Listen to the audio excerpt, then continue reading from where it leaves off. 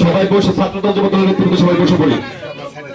শহীদ রাষ্ট্রপতি জিয়া রহমানের শাহাদাত বার্ষিকী সম্মানিত সভাপতি উপস্থিত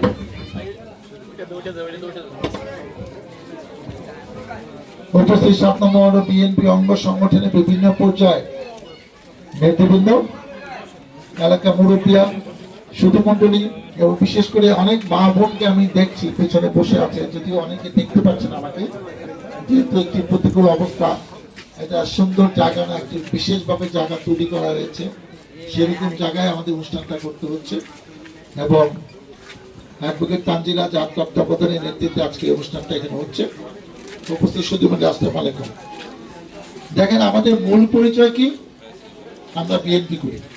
এখানে যারা বসে আছেন সামনে যে মুরব্বীরা, আপনার শহীদ রাষ্ট্রপতি জিয়া রহমানকে পছন্দ করেন, ভালোবাসেন, সেখান থেকে যে আসছেন জেনারেশন টু জেনারেশন, কিন্তু আমরা এই দলের সাথেই আছি।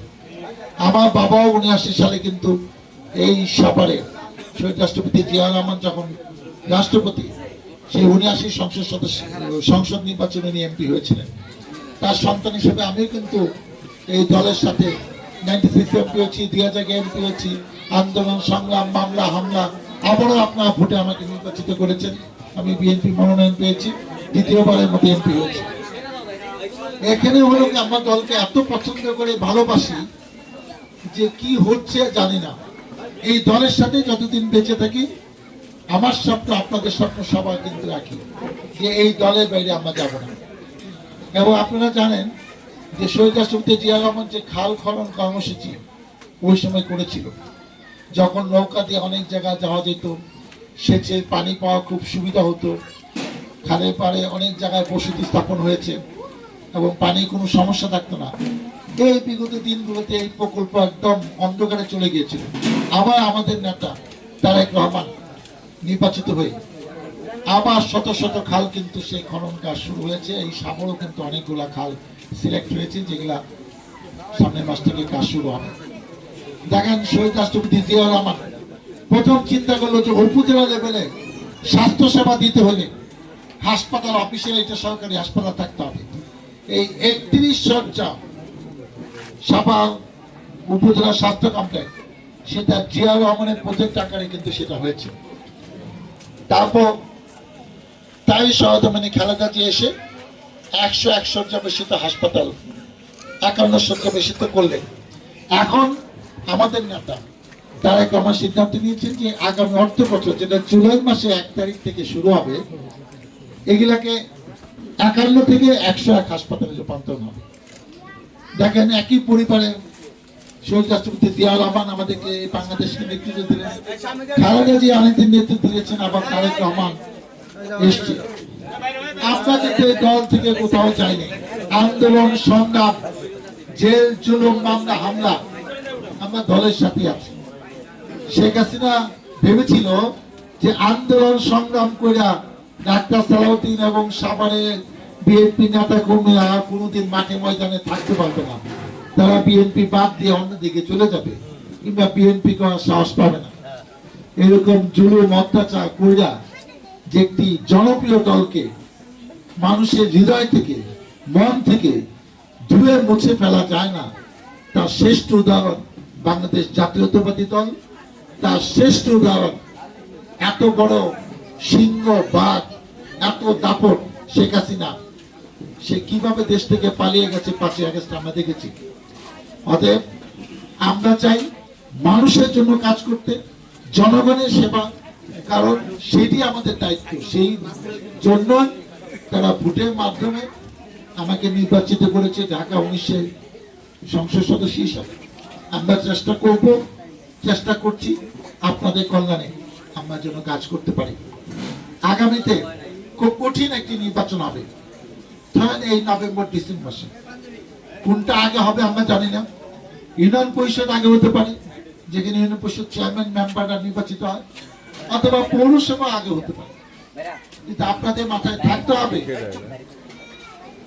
আপনাদের মাথায় থাকতে হবে যার উপর আপনাদের আস্থা থাকে, যাকে আপনাদের কাছে পাবেন, পাশে পাবেন, যার কাছে আপনাকে সহজে যেতে পারবেন, যা ভরসা আছে, যে এলাকায় সময় দেয়, এলাকায় থাকে এবং ইতিমধ্যে কিছু কাজ আপনাদের জন্য করার চেষ্টা করছে কিংবা করে ফেলবে, তাকে আপনাদের প্রতিনিধি করবেন। ভোট কিন্তু একবারই 5 বছরের জন্য, ভুল করলে কিন্তু হবে না। অনেকে অনেক কথা বলবে, অনেকে টাকা পয়সা মানে বিতরণ করবে, অনেক রকম লোভের কথা বলবে, আন্দাকুন্দা বিভিন্ন মিটিং এ প্রতিশ্রুতি দিবে। আপনারা নগদে বিশ্বাস করেন যে এই কয় মাস কারা আপনাদের পাশে আছে, কাছে আছে, তাদেরকে আপনাদের পাইতে সহজ হবে, সেরকম লোককে মেয়র এবং কাউন্সিলর হিসাবে নির্বাচিত করাই বুদ্ধিমানের কাজ হবে। এবং এটা সত্যি। কেন মহিলাদের আনছে জানেন? মহিলাদের অনেক ব্যাপার আছে যেটা আপনার ছেলে মানুষদের কাছে বলতে পারবেন না। এটা সামাজিক ব্যাপার, এটা পরিবারের মধ্যে দ্বন্দ্ব। ধরেন আপনার স্বামীকে নিয়ে গ্যাঞ্জাম আছে, এই কথাগুলো তো আপনি একটা ছেলে কমিশনের কাছে ওইভাবে বলতে পারবেন না যে তার সমস্যাটা কি। সবকিছু মামলা দিয়ে সমাধান হয় না, কিছু কিছু বিচার দিয়েও হয়, আলাপ আলোচনা ভিত্তিতে অনেক সমস্যার সমাধান হয়। সেগুলো তো আপনাদের মহিলাদের কাছে, যে মহিলা কাউন্সিলর নির্বাচিত হবে, সরকার নিয়ম করেছে যে একটি ওয়ার্ডে একজন ছেলে কমিশনার, আর মহিলা হইলে 1 2 3 4 5 6 7 8 9 এরকম ব্যাপার হবে। সেগুলো আপনাদের মাথায় এখন থেকে নিতে হবে যে কাকে আমরা কাজ করব। জনগণের ভোটকে আমরা সম্মানিত করতে চাই, জনগণ যাকে ভোট দিবে আমরা তাকে নিয়ে কাজ করব। কিন্তু তারপরও দল কিন্তু কাউকে কাউকে দেয় যে ওটা দিলাম। আপনারা চিন্তা করেন, এই যে এবার জেপি নির্বাচন হয়েছে, কোথাও কি সিল দিয়ে কেউ ভোটে নির্বাচিত? জনগণ ভোট দিচ্ছে, জনগণের ভোটে আমরা নির্বাচিত হয়েছি। আমরাও জনগণের ভোটকে সম্মানিত করতে চাই। আমরাও চিন্তা ভাবনা করে এক এক জায়গায় এক একজনকে আমরা মনোনয়ন দিব, এবং আপনারা চেষ্টা করবেন যে দলের লোককে দিতে।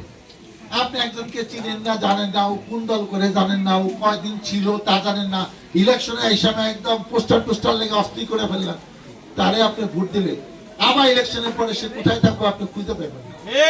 ভোটটা আপনার মূল্যবান আমানত সম্পদ, বুঝা শুনাই কিন্তু দিতে হবে। আমরা ইতিমধ্যে এই ওয়ার্ডে কাঞ্জিলাকে দলের মনোনয়ন দিয়েছি। সে একজন অ্যাডভোকেট। কারা হয়, আপনি তো বিপদে পড়লে অনেক সময় কোর্টেও যাইতে হবে।